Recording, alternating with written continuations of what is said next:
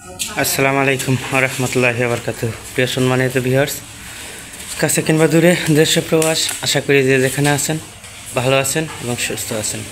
আপনাদের দোয়ায় এবং ভালোবাসায় আমিও আল্লাহর রহমতে ভালো আছি এবং সুস্থ আছি।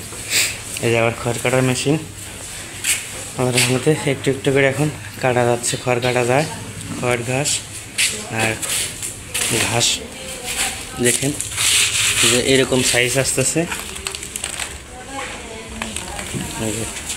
ঘাস আর খড়ের এরকম সাইজ, আর ঘাস আসে এই যে এরকম সাইজ দেখেন। চলেন ঘাস দেখাই। এই যে ঘাস আসে এই যে এরকম, দেখাবার দে। এই যে এরকম সাইজ ঘাস আসে, হাফ ইঞ্চিরও কম। ব্লেড লাগানো আছে দুইটা, চারটা ব্লেড দেওয়া আছে, দুইটা লাগানো আছে। চারটা দিলে একদম ভুসি আসবে। তো প্রতিদিনের নয়, আবারও নতুন আরেকটা এপিসোড। গতকালকের ভিডিওতে দেখাইছিলাম উন্নত মানের বকনা এবং গাভী চেনার সহজ উপায়। ভালো মানের গাভীগুলোতে, বকনাগুলোতে যে সিমটমগুলো থাকে তার কিছু সিমটম আপনাদের দেখাইছিলাম। আজকে এই বাছুরটা দিয়ে আবার একটু নমুনা দেখাই। দেখেন গলার ঝুল নেই একদম, দেখেন জিবা সাদা, আর মুখ সাদা, কানটা ছোট, পাগুলো মোটামোটা আছে। আর দেখেন সবচেয়ে ভালো বকনা চেনার, বাছুর চেনার সহজ উপায় হচ্ছে আর একটা, যে গাভীটা বকনাতে দুধ বেশি হবে দেখেন তার একটু নমুনা দেখায়।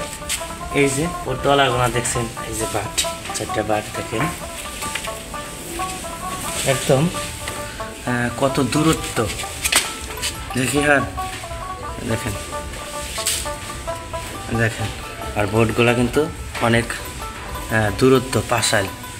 আর বাটগুলা যত দূরত্ব হবে তত ওই গাভীটা বড় হয়ে, বকনাটা বড় হয়ে তত বেশি দুধ দিতে সক্ষম হবে। দেখেন দেখেন এই যে চারটা বাট কত ফাঁকে।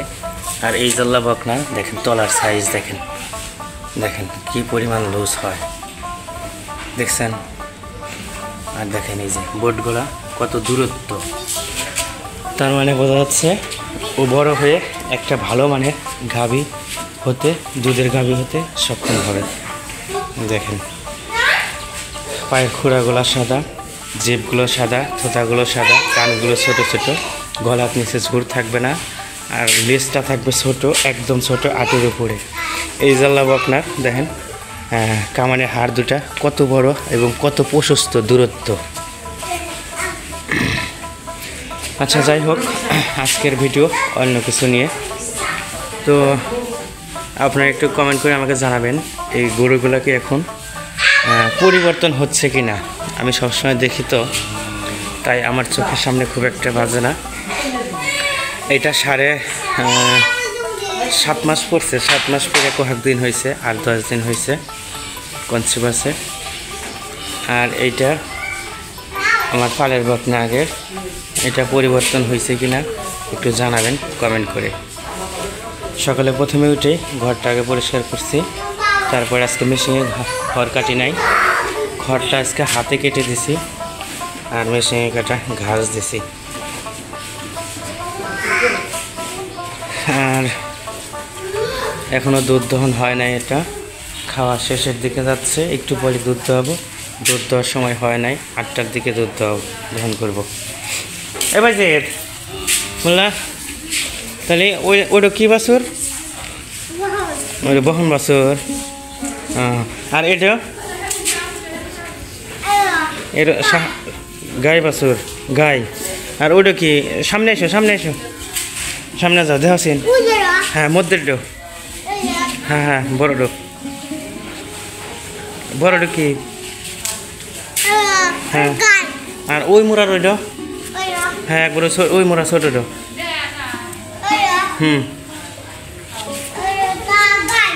ওইটা গাই, বকনা বাছুর না?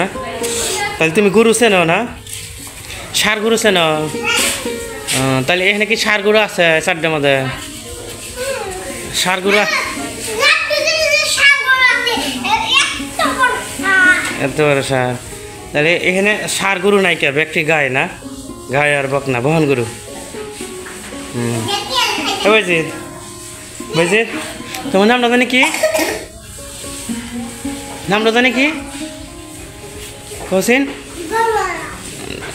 তুমি গরুওয়ালা বাংলাদেশের সবচেয়ে ছোট্ট খামারি খুদে খামারি একদম ভীষণ ভীষণ কাউলাবার কাউ ভক্ত ওর বাড়িতে গরু নাই অথচ ও অন্যের গরু প্রতিদিন সকাল সন্ধ্যা খাওয়াইছে কিনা ডুব গোসল করাইছে কিনা বাড়ি প্রতিবেশী সবার গরুরও তথ্য নেয় আমাদের বাড়িতে আসছে আমার ভাগ্নে হয় এই সকালবেলা আমার আগেই উঠছে ওইটা হেরা মুরগি দেখতেছে গরু দেখতেছে এই যে খড়গোলা কাটা খাওয়াইলাম এতক্ষণ আমার সাথেই ছিল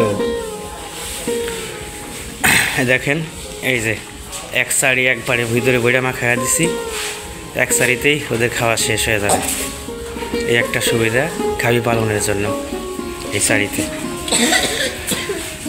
তো এতক্ষণ যারা কষ্ট করে ধৈর্য ধরে ভিডিওটা দেখেছেন তাদেরকে অসংখ্য অসংখ্য ধন্যবাদ আর আজকের ভিডিও একটা তথ্য দেওয়ার চেষ্টা করলাম জানা আশা করি জানি না আপনাদের কাছে কেমন লাগলো ভিডিওটা ছোট ছোট যারা বকনা কেনেন উন্নত মানের তাদের জন্য আজকের ভিডিওটা পারফেক্ট সলিউশন হবে এই ভিডিওটা যদি মনোযোগ দিয়ে দেখে থাকেন তাহলে আশা করি আপনি উন্নত মানের বকনা চিনতে আর ভুল করবেন না